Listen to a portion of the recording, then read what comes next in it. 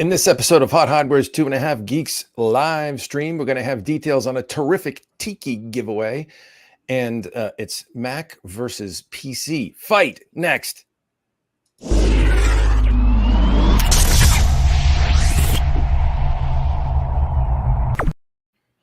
Welcome back, ladies and gentlemen, brothers and sisters, I might add, to 2.5 Geeks live stream. Back here again, Wednesdays at 5:30. We missed you for a couple of weeks. Sorry about that. Got busy. And I will have to throw an apology out to the folks on Twitch. Obviously, I'm nowhere near as good looking as Val, who typically streams on our Twitch channel a couple of days a week, Thursdays and Friday evenings. And I forgot to change the stream notification. My bad. We'll try and make it up for you. Hopefully be somewhat entertaining, almost as entertaining as Val, but yeah, definitely not quite as pretty. That's for sure. Right, guys? How you doing, Marco? You feeling pretty today? I don't know what the hell you're talking about. I'm way better looking than Val.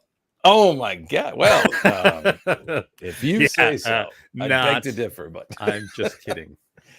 And she's also a fantastic streamer and a really cool lady. We love that she's on the channel. Thursday and Friday nights, 9:30, I believe she kicks into gear, and game streamer extraordinaire. Been playing some Valorant and some Rust. Real good stuff. Chris is here. Does he game Valorant and Rust? Do you, Chris? I have not touched either of those, to be honest. No. Yeah, well, Val knows all about them, and she's quite adept. She would probably thrash all of us handily, I might add. But lots going on. I mean, heck, we've been drinking from the fire hose.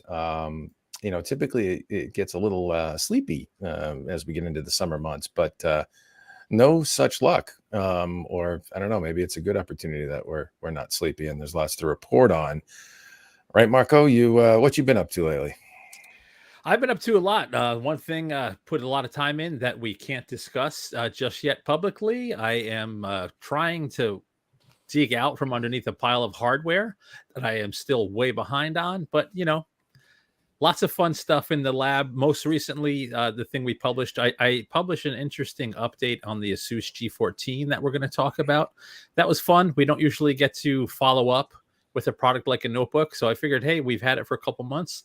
Let's see how things have matured. Basically, everything on the machine was updated, so that was cool to take a look at. Yeah, we'll get to that shortly.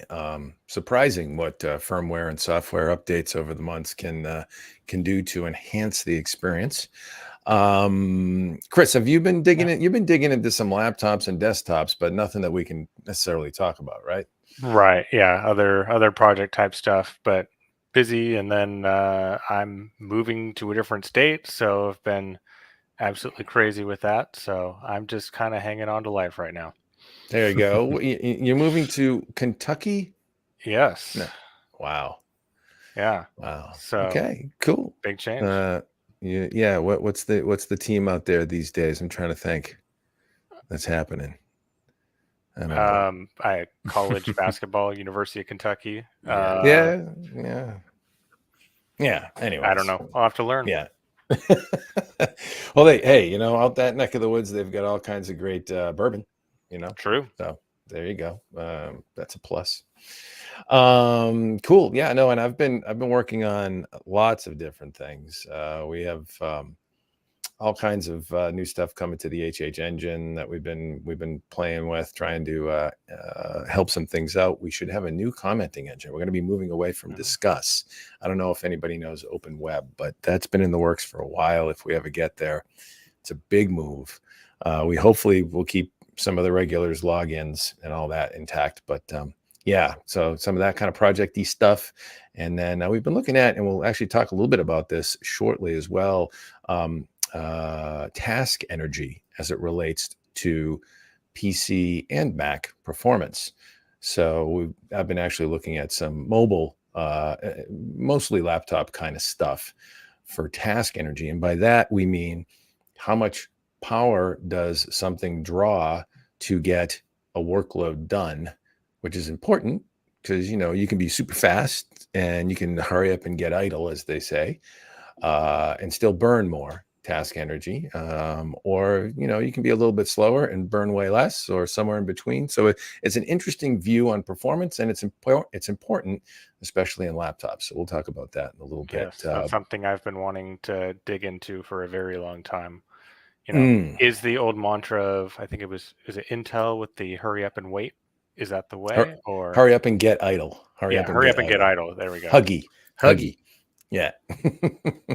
So yeah, we'll talk about that. Well, actually, we're going to talk about it relative to desktops. But let's talk about some other stuff that probably hurries the hell up on just about anything. I'm not sure about getting idle, but AMD had some big details. Marco, I don't know if you want to dig in first on the data center or the consumer side, or I should say the client side. Yeah, so AMD's various announcements for their analyst day, their financial analyst day. And I am trying to find currently right now the consumer link. Let me find that. There it is right there. So AMD reveals RDNA 3 chiplets, 3D V-Cache for Zen 4, and Phoenix Point laptop chips. Phoenix Point's very interesting to me. But Marco, why don't we start with a few of your key takeaways? So we'll start on the client side. We'll start with the client stuff. Yeah, let's start with the consumery stuff. Yeah, so AMD's Financial Analyst Day, it wasn't like a huge reveal in terms of specific product, but lots of tidbits across many product lines. So on the consumer side, we have more Zen 4 details. We have details, as you mentioned, of a new laptop processors, and some details for next-gen GPUs, which is really interesting. So let's start with GPUs. Everybody loves to talk GPUs. Lots of RDNA 3 news. So we now know RDNA 3 is going to be produced at 5 nanometer. It's got brand new CUs, a re-architected infinity cache. Now, AMD didn't say what that means, but you can surmise it's probably going to be lower latency and higher bandwidth to offer, higher effective bandwidth to the memory subsystem on RDNA 3 GPUs. And overall, I think they were claiming I think it was a 3X. I should go check. Don't let me say the wrong thing. Give me one moment. So they are claiming a 50% perf per watt increase. So that's huge. Now, that's not absolute performance. Perf per watt, that number gets tossed around lots of different ways, but depending on clocks and voltages, it's, absolute performance can go in multiple directions. But yeah, so RDNA 3 is it's shaping up to be pretty interesting. And we have more Zen 4 news as well now. So one of the things that had confused some people with Zen 4 was the 15% better, greater than 15% better single thread. So AMD actually clarified that it's 8 to 10% better IPC and greater than 15% single thread. Lots of people confuse IPC for single thread. There's instructions per clock, but then there's single thread performance too.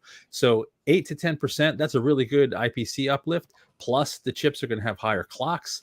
Put that together, bang, you have 15% better single thread.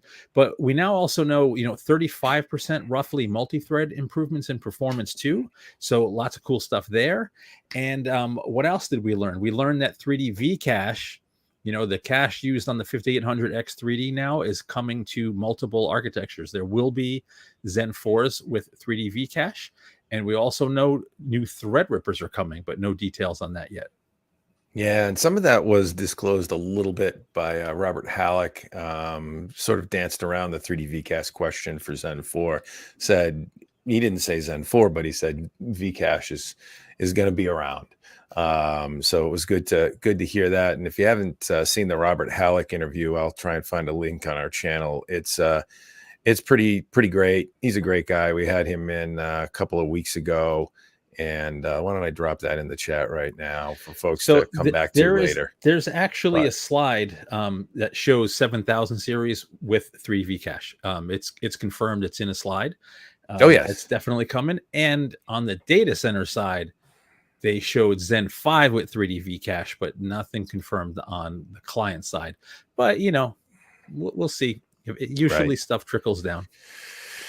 Right. Let me see. There was something else that was in there that I kind of latched on to that's interesting for me. The perf per watt discussion for for RDNA 3.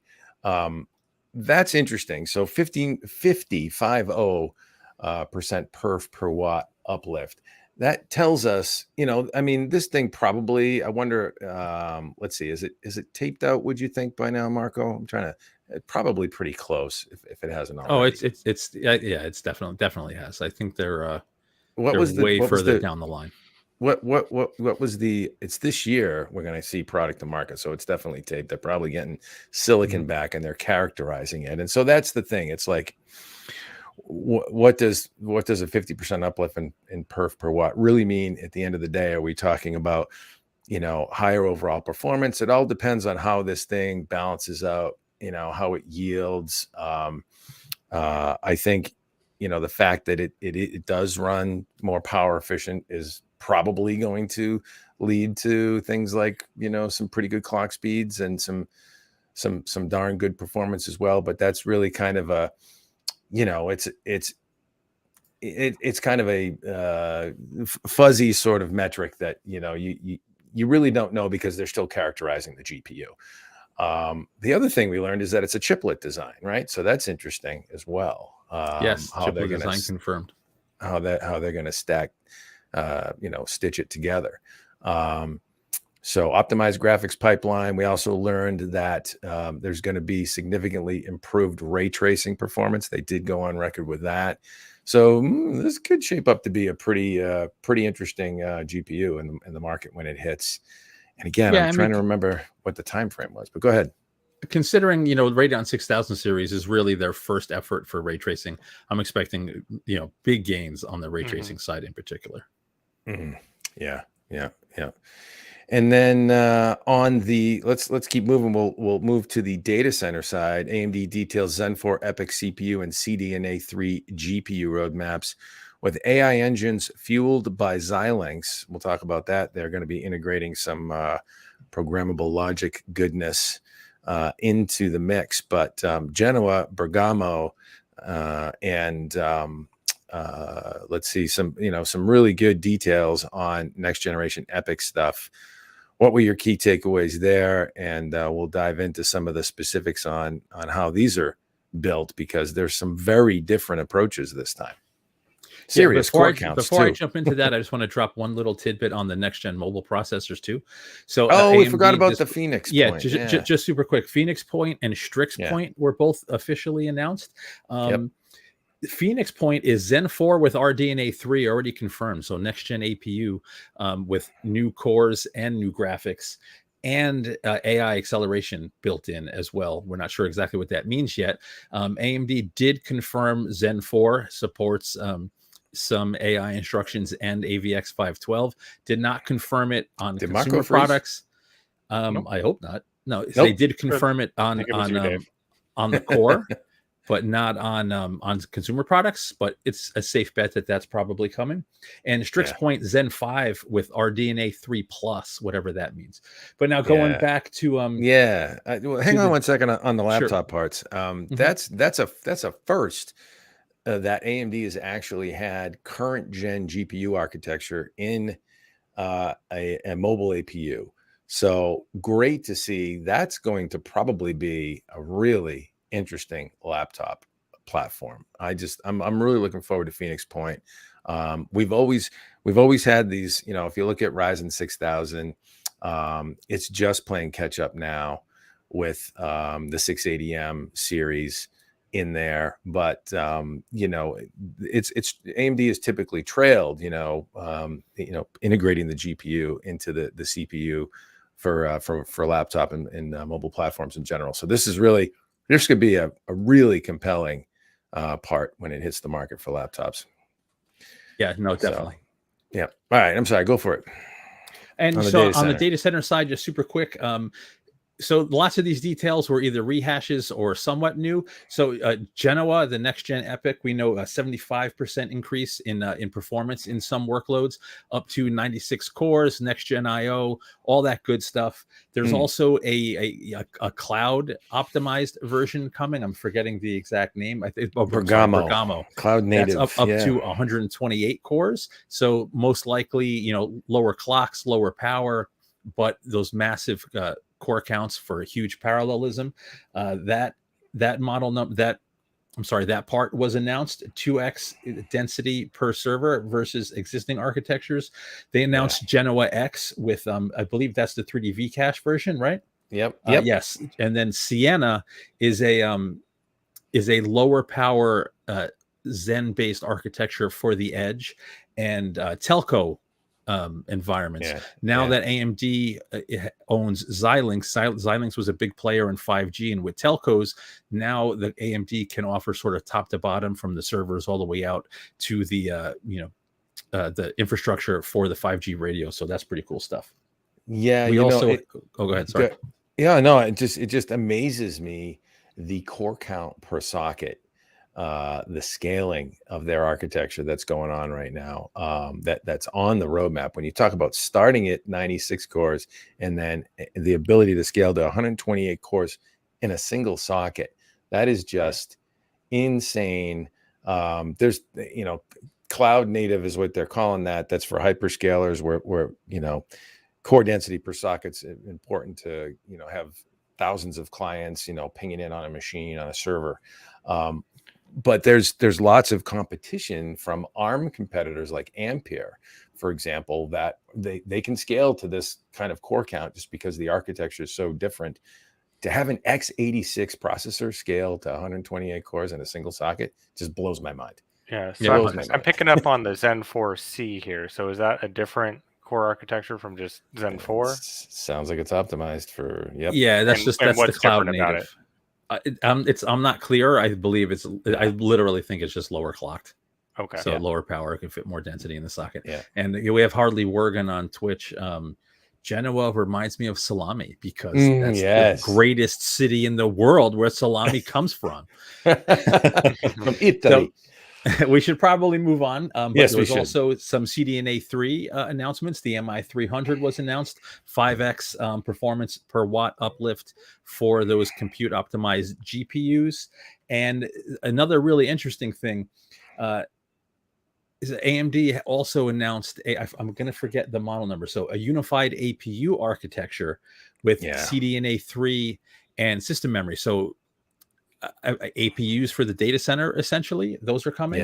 That's kind of interesting as well. And I'm probably forgetting some stuff, but come by the site and check it out. Yeah, AMD Instinct MI300 is the data center APU. And no, MI300 is the GPU, I thought. Well, I'm looking at a slide that says otherwise. See it? Oh yeah, you're right. You're correct. Yeah, it's well. I mean, you're conjoining GPU and CPU on the same socket, which Intel, by the way, has also disclosed some technology on the roadmap for that as well. So that makes sense, bringing those two architectures together. The other thing that makes sense, Chris, if you scroll all the way down to the bottom of the page, and we'll just mention it very quickly, FPGA technology, one more down. Yeah, there you go, right there. So this is where you see the Xilinx acquisition paying off in integration. And certainly Xilinx and AMD go to market together for total solutions in lots of different applications. Xilinx is big in automotive and lots of other places. But at any rate, here you're talking about an FPGA, a field programmable gate array element in the processor. You've got an purpose-built AI engine, but you have an FPGA fabric. So this thing, the way I read this, when you talk about FPGA fabric, it can reconfigure itself, and that's what FPGAs do on the fly without dropping a packet, in band. That's what FPGAs can do these days. So this is a very interesting technology that will, I think, have a big impact in the market, for AI and these types of architectures that need to adapt on the fly as AI models, learn and evolve themselves. So it's kind of cool. Very cool. Very. Chris, anything else before we move on? No, I mean, I'm just catching up to all this, so I've got nothing to add at this point. It's all right. It's a lot. Like, again, it's very high level from AMD, all this stuff, but there's a lot to digest in the coming months. We're going to be busy, Marco. Oh yeah. Oh yeah. You say that like we're ever not busy. Yeah, I know. Good point. We're going to be Yeah, we're still gonna be busy. You're not getting a break. No rest for the weary. Dagnabbit. Wasn't expecting any. Good. All right. Well, let's drop this baby in and shift gears hard now to laptops.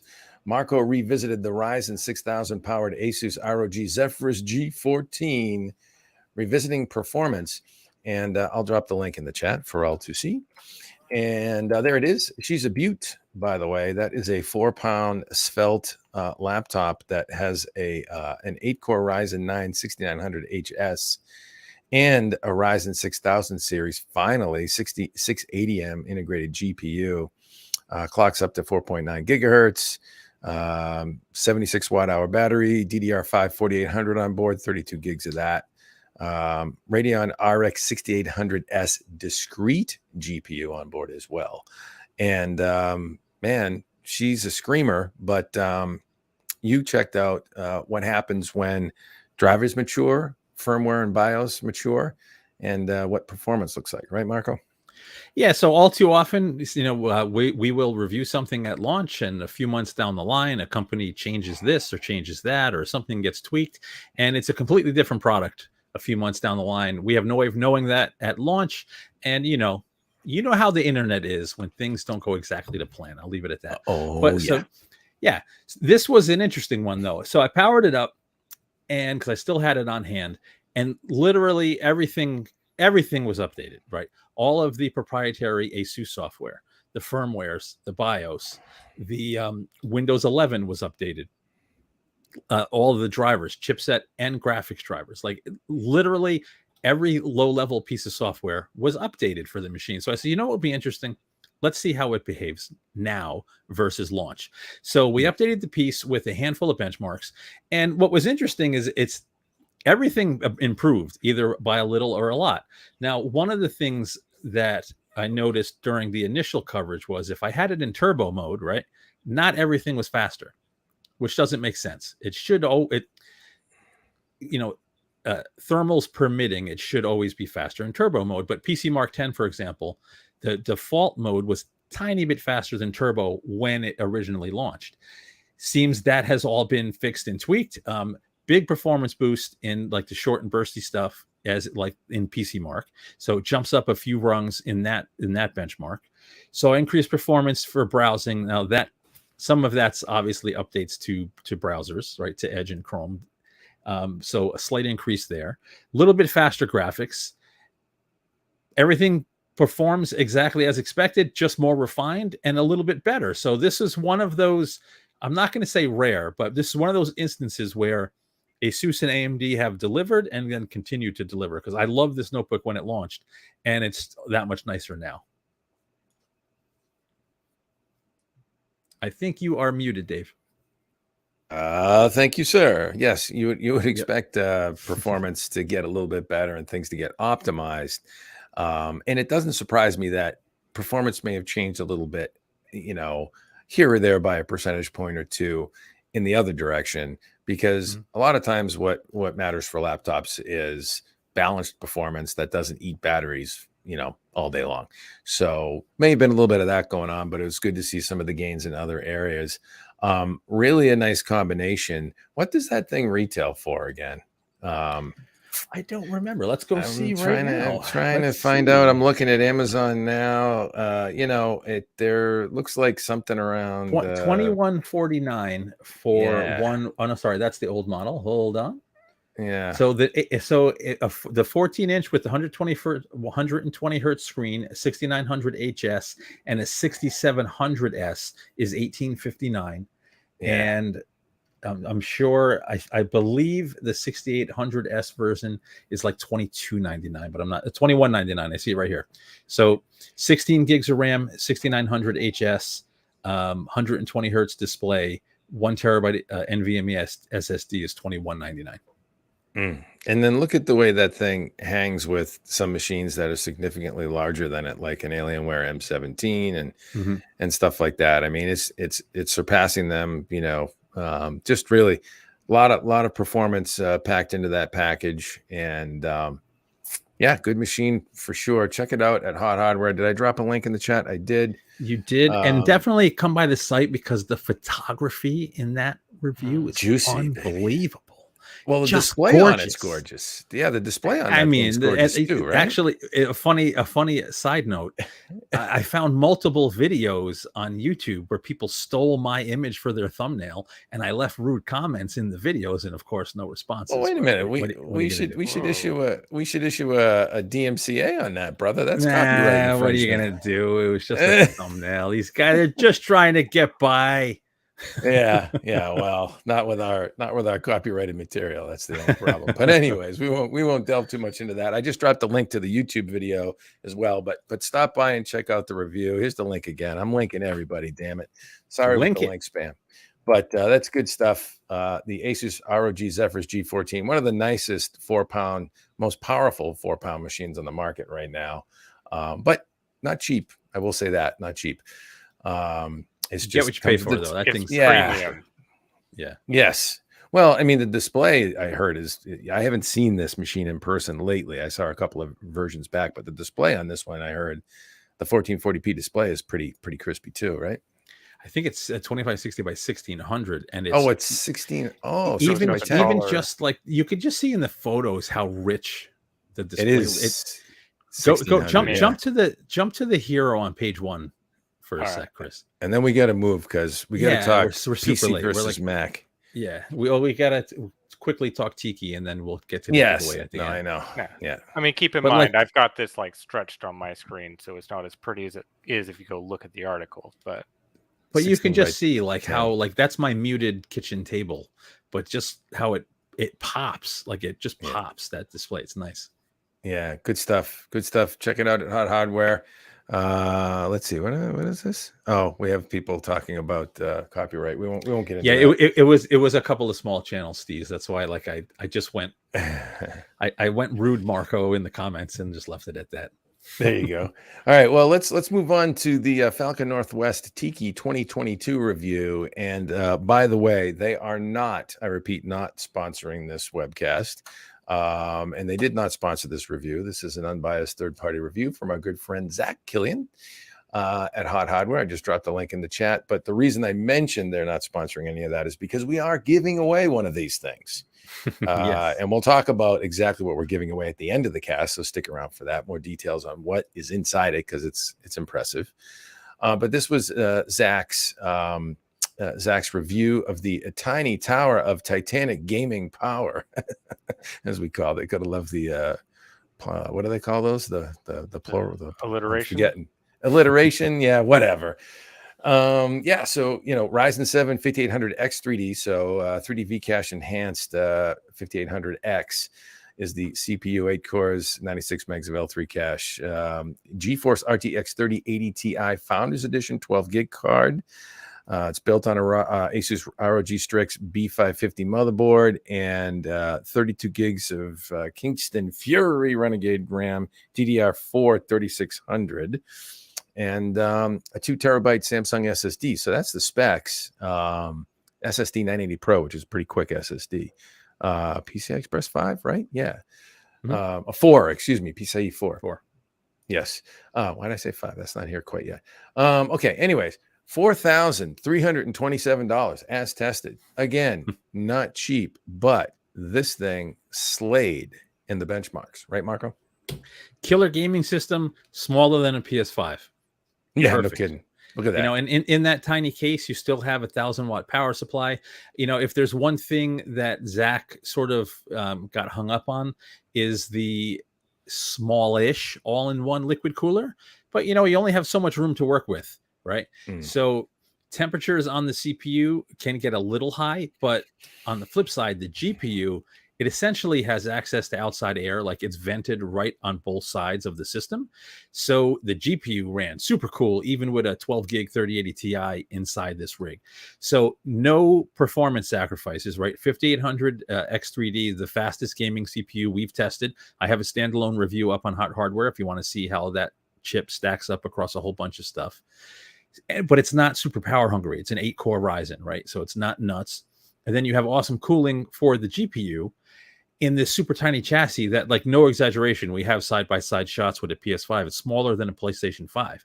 So a no compromise custom small form factor gaming rig that you can actually get customized with paint, however you want, built by like one of the OG boutique system builders in the industry, been around forever, doing it right for 30 plus years. There's really not much to complain about at all. Is there a premium? Of course, but someone else is building it, someone else is warrantying it, someone else shipping it, someone else making sure it's working right. So you have to expect that. It's just a really nice machine all around. Yeah, I feel like there's just a quality to the way Falcon Northwest builds their systems that I don't know how I would replicate DIY. I mean, there's just like the level of cleanliness and pristine, just really solid systems. I've been very impressed by what I've seen from them. Yeah. And it looks like this one's no different. It's just awesome. Yeah, there is a little bit, and as you might expect, there's lots of venting on that chassis. As you can see, there those fan ports are right there. You got three on that side as it is. As when this thing does get loaded up, it can get a little bit loud, but it's to be expected for a gaming PC with a 3080 Ti on board. Zach said it topped out at like 62 dBA, which is that's pretty loud, but that was under a complete torture test that you'll probably never see. So that are firmer Prime 95, yeah, CPU and GPU pegged to the hilt, which doesn't typically happen when you're gaming. It's more GPU, but anyways, at least we can say that's as bad as it will ever get. Yeah, but and it even had a little bit of overclocking ability inside that thing as well. So nice machine. We will get back to a giveaway on it shortly. The folks at Falcon Northwest have been building Tikis for a while, and they have infused this Tiki with AMD's latest platform. So the fastest gaming chip, arguably the fastest gaming chip on the market, the Ryzen 7 5800X 3D. I don't know. Can they claim that still versus Alder Lake? I'm trying to remember. I think they can. Yes. I think they just edged them out. Yeah.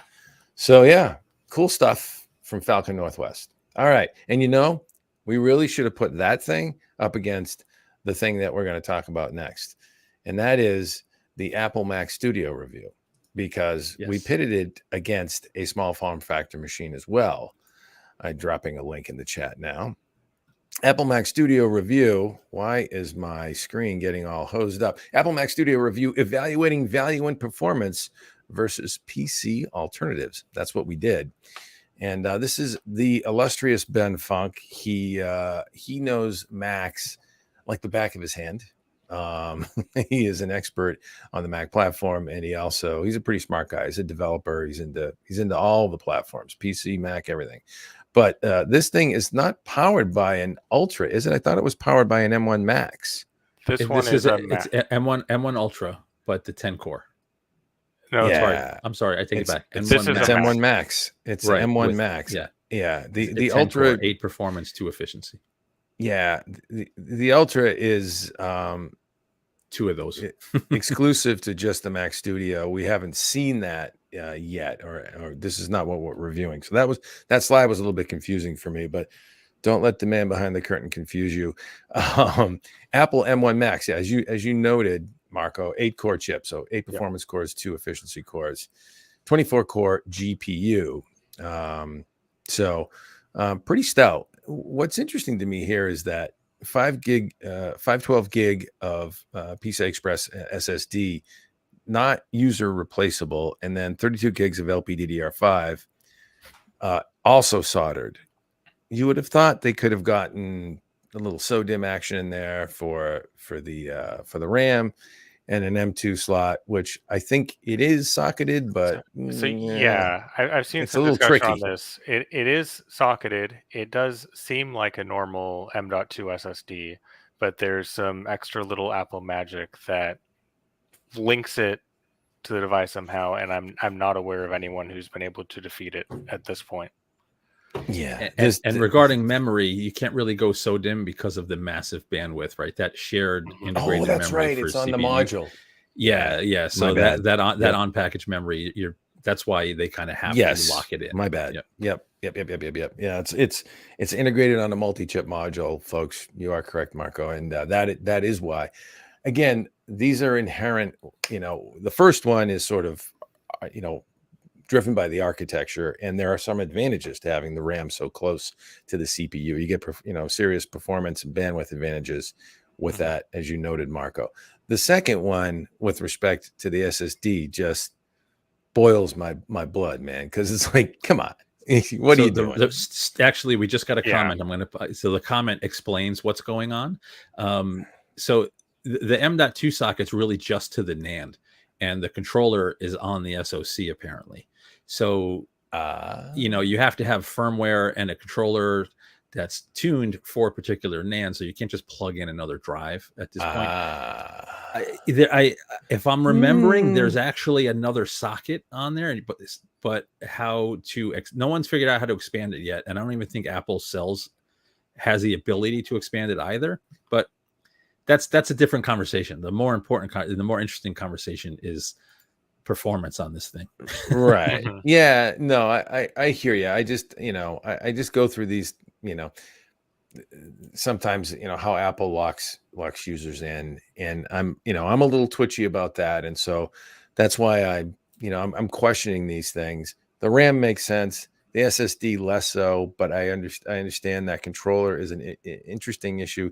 You would think they would make drives available, but they probably just want people to come back to them if they need to service it. Anyways, we won't stay down this rat hole. Let's talk about performance versus the PC alternative that we pitted against, which is the Intel Beast Canyon NUC. Yeah. So the machine that Ben bought this machine, by the way. This is Ben's personal studio, right?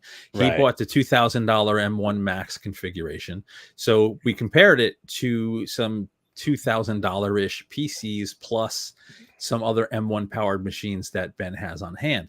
And it turns out that I had the perfect Beast Canyon configuration here, because the setup we had is about $2,000.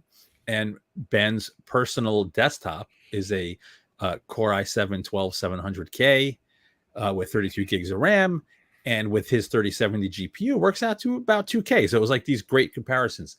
Now, if you were to go back to the M1 launch, everyone thought, oh no, the PC's doomed, x86 is dead, M1 crushed everything, and it came out guns a-blazing, right? But as of today, Intel has these awesome performance cores in Alder Lake, and what you will see is dollar for dollar, the PC is faster than the Mac Studio, like basically end of story, right? Not everywhere, but a PC with a GeForce, right, for similar money, and the NUC is bigger, right? But it's not that much bigger. It's made two of them. Not much. Well, I guess it's big. 2X is a lot bigger, but it's not a massive system. It's the size of a. Is it 2X? Yeah, okay. Roughly. Like it's bigger, but you're not talking full size desktop. That's fair. You get better single thread and better multi-thread, better compute with similar disk performance. So that huge, oh my God, the sky's falling. Now, this is the M1 Max, right? This is not the killer monster Ultra with more than double the GPU and double the cores and double the memory. But still, like, it's that huge performance advantage that people seem to think Apple has is gone. Yeah. What's interesting is if we looked at what the cost of a studio with Ultra would be, I'd have to look that up. It's probably $4,000. Yeah. Okay. It's double. So now we're talking about something that's configured kind of like a Tiki, right? The Tiki that we just got through reviewing. You've got an RTX 3080 Ti in it. You've got a 5800 X3D, 8-core chip with tons of cache. Who knows what that would look like versus this? We didn't do that matchup. We had the NUC at the time, but yeah, if you look at even with a modest RTX 3060, you could argue that we could have had a 3070 in that Dragon Canyon NUC, and it would fare even better. But here in Cinebench, scroll back up, Chris. That was an interesting. Here you go, core for core, or I should say CPU for CPU, not core for core, because the 12900H has a few more cores going on. significantly faster, and single thread is significantly faster. So Intel's architecture is no joke. You know, in a mini desktop, even like as small as a NUC. Go ahead. So I love having Steve's on these casts because he has the best comments. This is an interesting point, and another thing that like people get confused about the Apple's architecture. The CPU cores, although they're attached to this pool of memory with massive bandwidth, right? The CPU cores can't access all that bandwidth. All that bandwidth is really for the GPU as well, right? Yeah. So the bandwidth on the GPU, I think I'm probably going to get this wrong, but the bandwidth is a little better than a 3060, but less than a 3070, I think, on the model we looked at. I might be completely off, but like they're in the range of a GeForce, and that's why you can see with some graphics workloads where the compute units in the GPUs aren't fully taxed and they're bandwidth limited, you see similar perf. Why Apple can say, oh, this thing hangs with a 3080 with some workloads, but not like in a pure gaming or compute workload where all the cores are getting hit. So like there's so much nuance in all this stuff. But the bottom line is, with a bunch of workloads and benchmarks that are, you know, easily accessible to everybody and anyone can run them, you see it's not this awesome story for the M1. And what's the big question everybody's going to ask? Oh, power, right? Right. The M1's way lower power and it's quieter, but we have interesting data in that regard as well. Yes. Well, let's look at the gaming performance first, because you touched on that, Marco, and that's an important thing. When you look at stuff that, you know, Apple has been optimizing on, this is old legacy stuff, GFX Bench, you know, actually Aztec Ruins is a new workload in there, but this is, you know, definitely something that Apple focuses on for its GPU architecture in general, especially, you know, for iPhones, the GPU cores. You know, there's lots of optimizations there. So Apple wins, and then you get to actual game tests.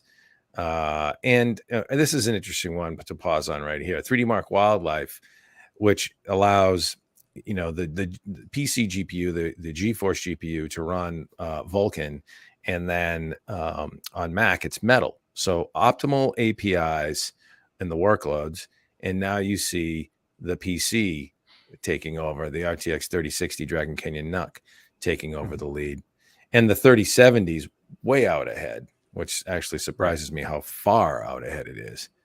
But yeah, well, it's not a 3060 Ti, so it's more weight cut back versus the 3070. Yeah, right. Good point. But these tests, That's like, so the GFX bench tests are a perfect example of that massive bandwidth, right? That is not completely bound to the GPU. The bandwidth is important, and you see it stretch its legs, right? But then the big thing with gaming and graphics is how many, like, the Mac's not a gaming platform. Ben has a whole section, you know, that you have to run these benchmarks to quantify performance, but it's just not a gaming platform. Now, even though Apple showed off Tomb Raider, right? Rise of the Tomb Raider, when they launched M1, we obviously ran that. You see, like, it gets crushed. I think it's the next one. But then, you know, you run another benchmark, like we ran an old benchmark, Grid, right? Grid runs hundreds of frames per second on the PC, but because it's running under Rosetta, it doesn't have full access to CPU, GPU resources, and is obviously not optimized. Like, it just doesn't work. And that's a big part of the story too, right? The chip might be capable of X level of performance, but if the apps aren't there to use it, you get stuff like this. Yeah, that's something else to consider. One other thing I've noticed, and I don't know specifically on the Studio, but with other M1 platforms, is when you are gaming or doing graphics workloads, a lot of times it'll stutter a lot more. And I'm not sure, because you would think with the memory bandwidth with the CPU and sharing with the GPU that, you know, that should help things come along. I'm not sure if there's a CPU bottleneck coming in there, but that is another thing I've seen relative to a PC platform. Yeah. I mean, it's contention across the controller. I mean, there's lots of stuff it could be, especially when it's running under emulation, you know? Yeah. Where the Mac Studio has its place is where Apple has always been strong, and that's in content creation. We actually didn't have any A/B comparisons, because a lot of times you're talking about, okay, now we need an app that runs cross-platform. But Ben did a bunch of Apple-only tests, things like Final Cut Pro. There you go, and you can see some of the advantages versus, okay, there you go. Well, there's Intel architecture down there, but that's real old, the 2018 Mac Mini. Mm-hmm. Yeah, that's the previous Mac Mini. Yeah, that's a dyno. Yeah, you can see some of the gains versus even the M1 Pro, and if you do content creation, then that's definitely something that would be a Mac forte, and it has always has been, right? But let's talk about task energy, Marco, because I think that was something you were alluding to on the previous page, Chris. Is that what you were alluding to from another angle, I think? I was, because it revealed some interesting stuff that people, right, you don't really think about it all the time, right? You see, so we have two sets of power numbers, right? We have instantaneous power, and then we have something called task energy to evaluate the actual power use of these systems. Now, this first chart, right? This is instantaneous power. You see this chart and people go, oh my God, look at how low power the M1 is. And it is, right? Yeah. It's the architecture is very efficient. And Apple really didn't push the chip at all. Like, the system is dead silent, even under load. Ben has a picture with his, sound pressure meter basically touching the back of the system while it's under load, and it's like 30 something dB. It's nothing. Yeah. So Apple, even though they have thermal headroom, they didn't push the clocks, they didn't go nuts. The experience is awesome. You don't even hear the machine. It's great. And you see the instantaneous power way lower in a variety of workloads. So let's explain real quick. Excuse me. Instantaneous power. So what we mean, folks, when we say instantaneous power is in full workload going right now, so everything's loaded down, and this is the peak instantaneous power while the machine is working. Okay, exactly. So that was peak during that workload, right? Peak. So task energy is something different. How much power does it draw cumulatively to get a workload done? And there's that. Go ahead, Marco. I'm sorry. Yeah. So, and this is where it gets interesting, because you would think, right, that the NUC, using a low-powered mobile variant of Alder Lake, uses less power than the full-size desktop system. And in the instantaneous power, that's what you see, right? You see much lower power for that peak instantaneous power, but it's lower power, it's slower, takes longer to complete a certain task.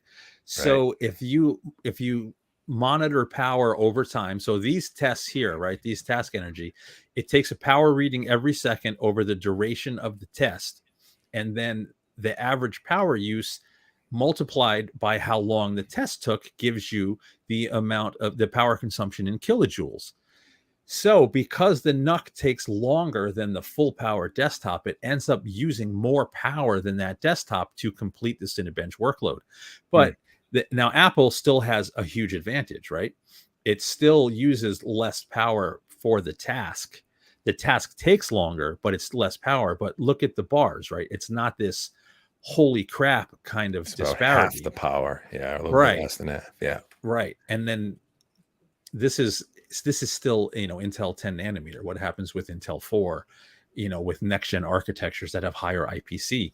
This is all going to normalize, right? So I think this is really interesting.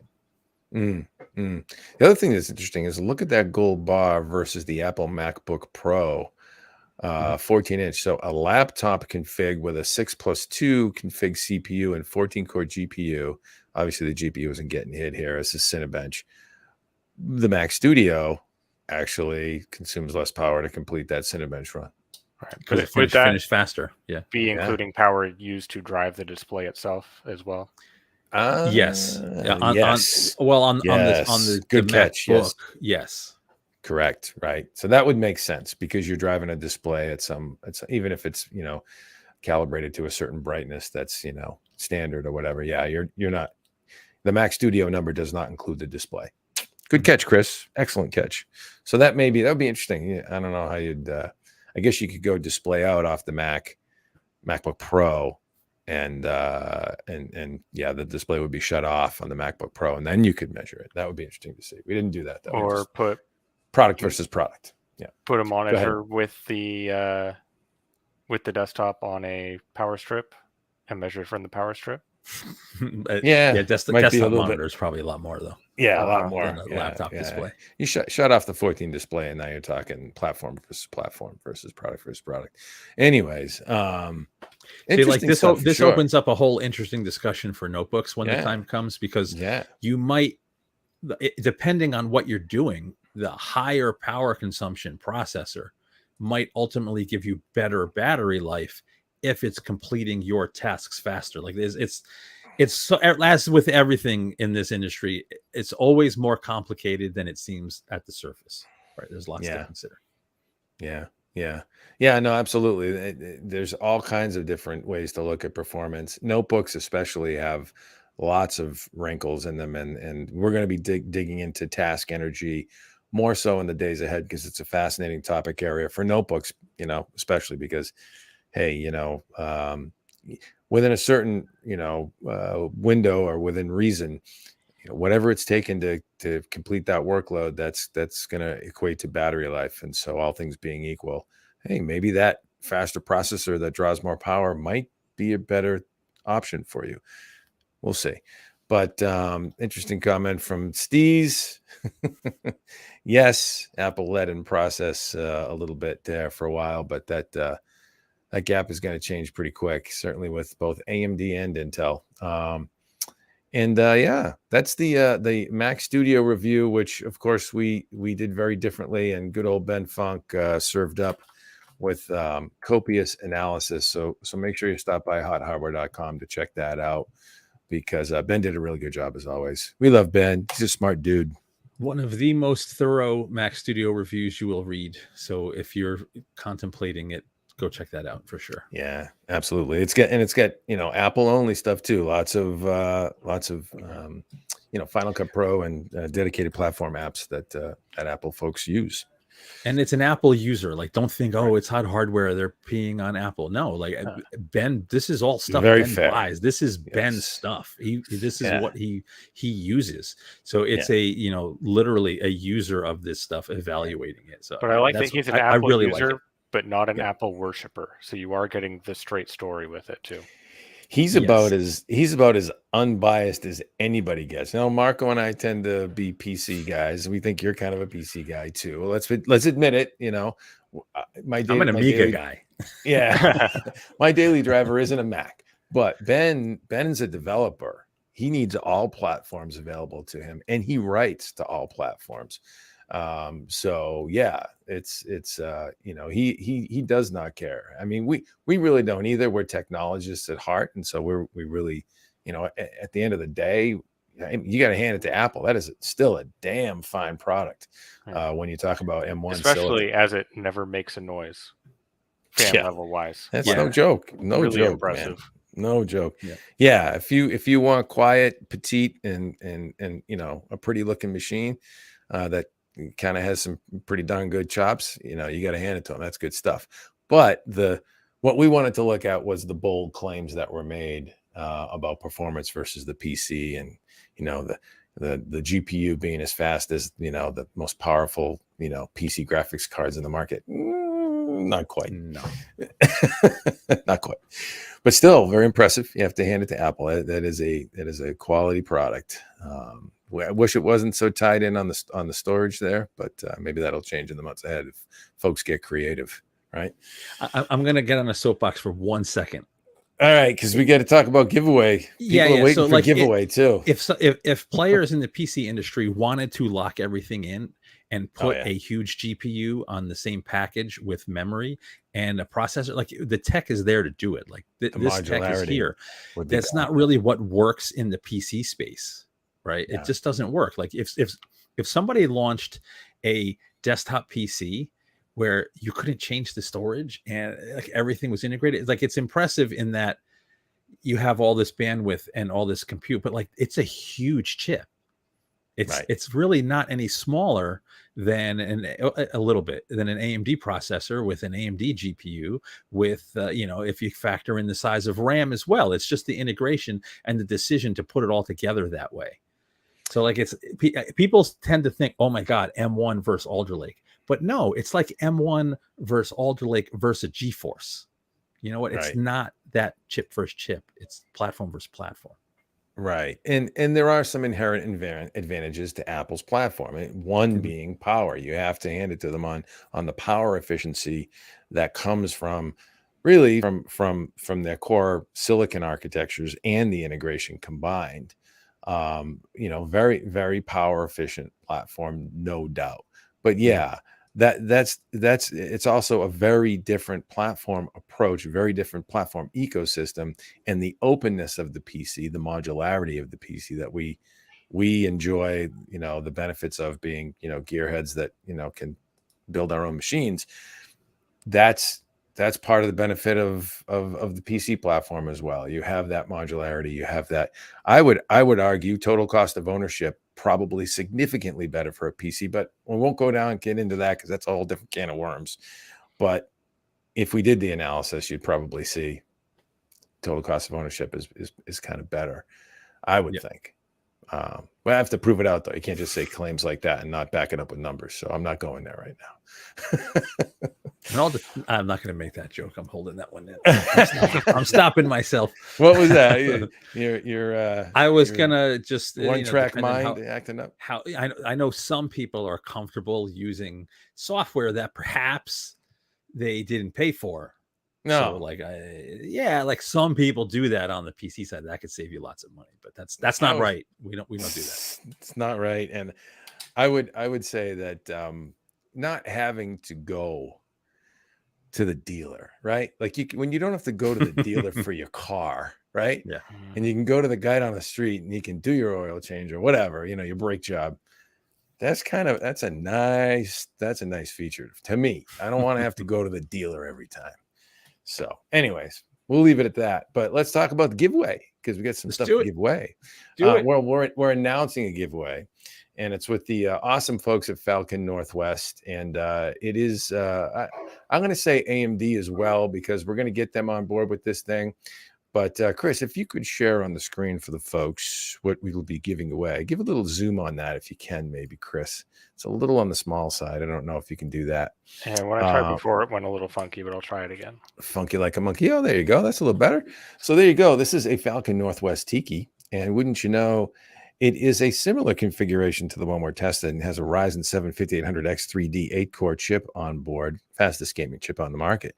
But look at that. Looky here. It is also powered by an AMD Radeon RX 6950 XT, 16 gigs of GDDR6X on that baby RAM. So a dialed configuration. 32 gigs of G-Skill memory. And I mean, Ace-Tech custom liquid cooling, just like our machine, all on that ROG Strix B550 motherboard from ASUS, and that beautiful little Tiki case. And we're gonna strap it with a Hot Hardware logo. They're gonna do some custom artwork, right, Marco? Yeah, we're still finalizing the branding, but it's gonna have custom paint. That awesome little Tiki config with AMD's top of the line gaming CPU and top of the line GPU. Can't go wrong. It's gonna be nice. Yeah, man. And that RX 6950 XT, I'm trying to map in my head.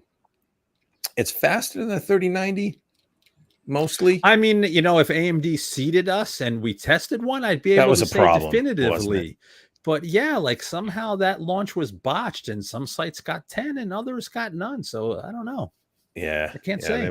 They were smoking something on that one. Definitely. I'm not bitter. I'm not bitter at all. Somebody was asleep at the switch on that move, but we won't talk too much about that. Chris, I'm sorry. What were you going to say here? This is a sweet giveaway, is it not? It is, especially because it is a small form factor system, which really has a soft spot in my heart because I don't like the giant towers that take over your desk and everything else. A mid tower I'll deal with, but I really like the small form factors where I can get away with them, especially when they're this well designed where you have all that ventilation through the sides to really take care of the thermal issues that some small form factor systems can be constrained by. Just a really great, awesome system, and whoever gets it is going to be a very fortunate person. Yes, Steve, you made a good point. We know that, and we had some lined up, and we got a 6750. But usually there's better coordination on that as well. AIB partners were supposed to see that launch, but yeah, no, good point, Chris. The other thing that's important to point out, on this giveaway and with this product, Falcon is really stepping up. We have to hand it to our buddy Kelt, CEO of Falcon Northwest, super good guy, by the way, Kelt Reeves. There is a 3-year parts and labor warranty on this, 3-year parts and labor. So this is a fully warranted machine. It's not just like, here's your pre-built, have a nice day. They're going to stand behind it for 3 years. So that's great. A $4,040, Awesome. yeah, $4,040 value. We'll be giving that away. We'll be starting up these probably in the next day or two. I'd say by the end of the week, maybe if we're lucky, we can get the Gleam widget giveaway up, right, Marco? Yeah, I think we can do it pretty quick. Yeah. But I mean, the usual Gleam. That's what I was trying to tee you up for. Yeah. I'm sorry. You want go ahead, dive in. Tell folks how we can enter this thing. That's the key. Yeah, I think we're still hammering out the exact specifics, but it's going to be super easy. You come by the site, you hit the Gleam widget, and like a couple of social media pages. That's basically it, right? Share a couple things out, like some, and it's not like you have to do it all either. So the way the Gleam widget works is whatever you're comfortable. Some people aren't comfortable on social media with certain levels of comfort there. Whatever you're comfortable doing on the platforms that will have plugged into Gleam, you do, and it gets you entered. The more you do, the more entries you get, and the winner's picked randomly. So it's super easy. You don't have to jump through any crazy hoops, but we want to get some eyeballs on Falcon Northwest and AMD for supporting us. Yeah, absolutely. So that'll be part of the mix. Again, Steve's dropping in with gems plus a 1-year overnight repair service. That's a dope warranty. We would agree. Steve, you want to write for us, man? You need I mean, if you know your tech and you have a command of the English language, there may be a future for you. Absolutely. Yeah. Good stuff from the folks at Falcon Northwest. Stay tuned to hothardware.com. In the days ahead, we'll be giving it away. And it is an all AMD affair. So we're going to get AMD in the mix on this, but they got to have some skin in the game, because right now Kel put up the booty, and it's a pretty good looking booty, right? It's a nice booty. I was thinking like Pirates booty, but it's that booty too, right? No, that's what I mean. Yeah, it's Pirates, but yeah, exactly. I'm on the same page as you. Family friendly. You weren't in the gutter, no. What's that? Family friendly show. That's it. Yeah, we try to stay PG. Absolutely. So yeah, there you go. That's a wrap for today. We are a couple minutes over, so let's wrap it up. Swing by hothardware.com, where you can find us on the web and get in on that giveaway. Hothardware.com, twitter.com/hothardware, youtube.com/hothardware, Hot Hardware Vid. You can find us there too. We're on Facebook. We're everywhere. We have an Instagram, Hot Hardware. Like and subscribe, please, so that you can get notified when we do launch these lovely live streams. And we have some pretty fabulous guests. We're going to be lining up another guest, I think, soon too, because that's always fun to talk with folks from the major chip players and even major system OEMs. So you'll get notified. Hit like and subscribe. It certainly helps us out. And that's about it, right, fellas? I think so. And with that, we will thank you so much for stopping by.